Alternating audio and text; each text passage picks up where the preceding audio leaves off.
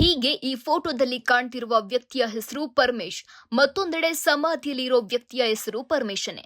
ಇದೇನಪ್ಪ ಮದುಮಗ ಹೆಣವಾಗಿದ್ದಾನೆ, ಏನಾಯ್ತು ಯಾಕಾಯ್ತು ಅನ್ನೋದೇ ಒಂದು ಮಿಸ್ಟ್ರಿ. ತುಮಕೂರು ಜಿಲ್ಲೆ ದಾಸರಹಳ್ಳಿ ಗ್ರಾಮದ ನಿವಾಸಿ ಈ ಪರಮೇಶ್ ಕಳೆದ ಜನವರಿ 31ರಂದು ಹೃದಯಾಘಾತದಿಂದ ಸಾವನ್ನಪ್ಪಿರುವುದಾಗಿ ಆತನ ಮೃತದೇಹವನ್ನ ಅಂತ್ಯಕ್ರಿಯೆ ಮಾಡಲಾಗಿತ್ತು. ಇದೀಗ ಮೃತ ಸಹೋದರಿ ನೀಡಿದ ದೂರು ಪ್ರಕರಣಕ್ಕೆ ಟ್ವಿಸ್ಟ್ ಸಿಕ್ಕಿದೆ. ಹೌದು, ಗಂಡ ಪರಮೇಶ್ ಸತ್ತ ಕೇವಲ 19 ದಿನಕ್ಕೆ ಪತ್ನಿ ಆಶಾ ಮತ್ತೊಂದು ಮದುವೆಯಾಗಿರೋದು ಸಾಕಷ್ಟು ಅನುಮಾನಕ್ಕೆ ಎಡೆ ಮಾಡಿಕೊಟ್ಟಿದೆ. ನನ್ನ ತಮ್ಮ ಪರಮೇಶ್ ಸಹಜ ಸಾವಿನಿಂದ ಸಾವನ್ನಪ್ಪಿಲ್ಲ, ಕೊಲೆ ಆಗಿದೆ. ಆತ ಸಾವನ್ನಪ್ಪಿದಾಗ ಆತನ ಮೂಗಿನ ಪಕ್ಕ ಗಾಯವಾಗಿತ್ತು ಹಾಗೂ ಆತನ ಗುಪ್ತಾಂಗ ಊದಿದ ಬಗ್ಗೆ ದೂರಿನಲ್ಲಿ ಉಲ್ಲೇಖ ಮಾಡಿ ಹೆಬ್ಬೂರು ಪೊಲೀಸ್ ಠಾಣೆಗೆ ಮೃತನ ಸಹೋದರಿ ನಾಗಮ್ಮ ದೂರು ನೀಡಿದ್ದಾರೆ. ಈ ಪರಮೇಶ್ ಪತ್ನಿ ಆಶಾ ರಾಮನಗರ ಜಿಲ್ಲೆ ಮಾಗಡಿ ಮೂಲದವಳು.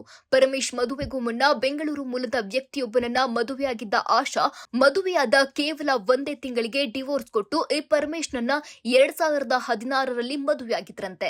ಈ ದಂಪತಿಗೆ 2 ಗಂಡು ಮಕ್ಕಳಿದ್ದಾರೆ. ಆದ್ರೆ ಕಳೆದ ಜನವರಿ 31ರಂದು ಪರಮೇಶ್ ಹೃದಯಾಘಾತದಿಂದ ಸಾವನ್ನಪ್ಪದಾಗಿ ಹೇಳಿ ಅಂತ್ಯಕ್ರಿಯೆ ನಡೆಸಲಾಗಿದೆ. ಅದಾದ 19 ದಿನಕ್ಕೆ ಆಶಾ ಮತ್ತೊಂದು ಮದುವೆ ಆಗಿದ್ದಾಳೆ.